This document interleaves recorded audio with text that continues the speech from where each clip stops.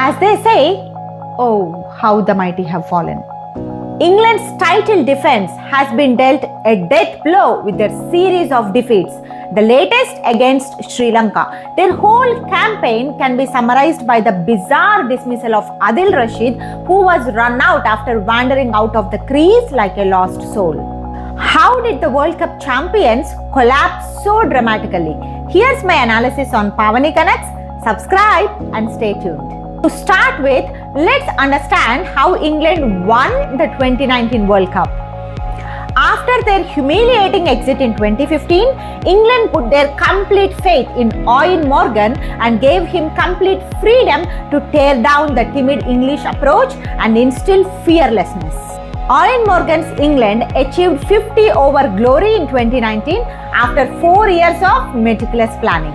He has done it all, leading from the front by injecting new blood, giving clear roles to the players and imaginative thinking. Leading up to 2019 World Cup, England won 11 bilateral series. Their aggressive batting approach caught everyone by surprise. Just like Sri Lanka, who first used power play in 96 World Cup to score quick runs, England thought differently and started playing the whole 50 overs like one big power play. The team was packed with all-rounders and bowlers who could bat. Their swing bowlers had massive advantage on English pitches. The result is World Cup win.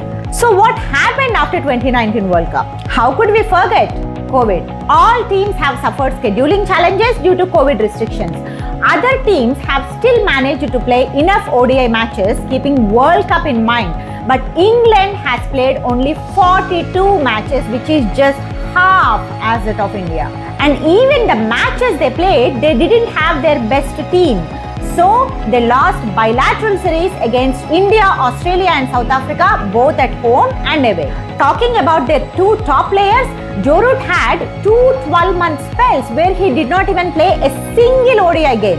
And the 2019 World Cup hero, Ben Stokes, he retired a year ago and returned only for this World Cup. Now let's dig into their batting and bowling weaknesses.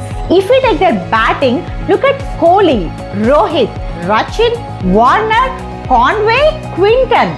All these players scored big centuries. But in England, except David Malan's century against Bangladesh, no one could score big. Once, England were masters of rotating the strike and milking spin through the middle overs. But now, they are lurching between attack and defense.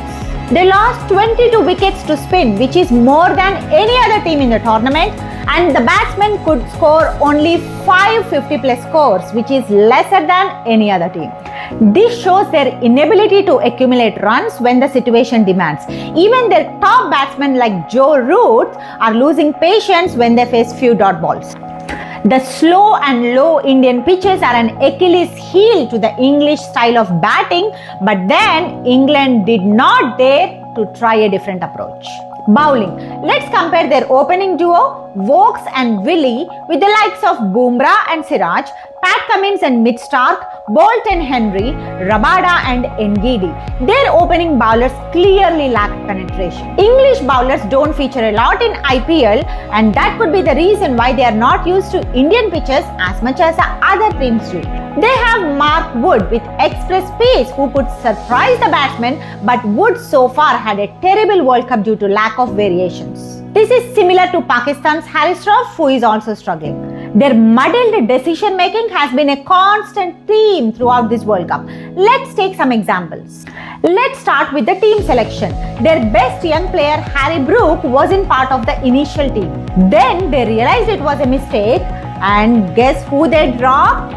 Jason Roy. Next, there was the curious case of Jofra Archer. Archer flew to India after their first 3 games, raising hopes. After training for 2 days, he was deemed unfit and sent back home.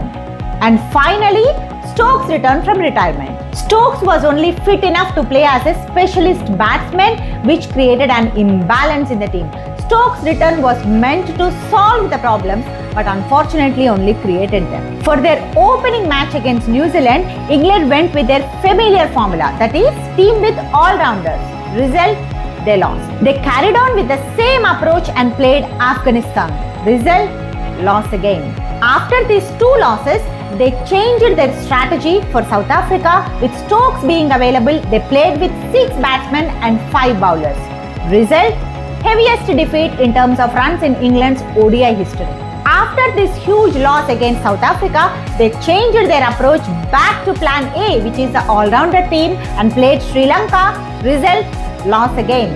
Despite winning the toss, they made some bad decisions, not considering the match conditions and opposition's strengths. On top of all this, England Cricket Board announced central contracts to players just 2 days before their crucial match against Sri Lanka. This surely has distracted the players. The timing couldn't be worse. Trapped by their past achievements of constantly scoring 350 plus and making a mockery of big targets, England now failed to adapt to Indian conditions, lacked application with both bat and ball, and confused decision making on and off the field.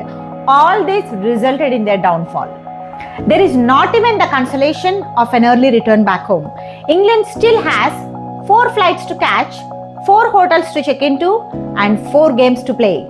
Next up is their match against runaway leaders India in Lucknow this Sunday.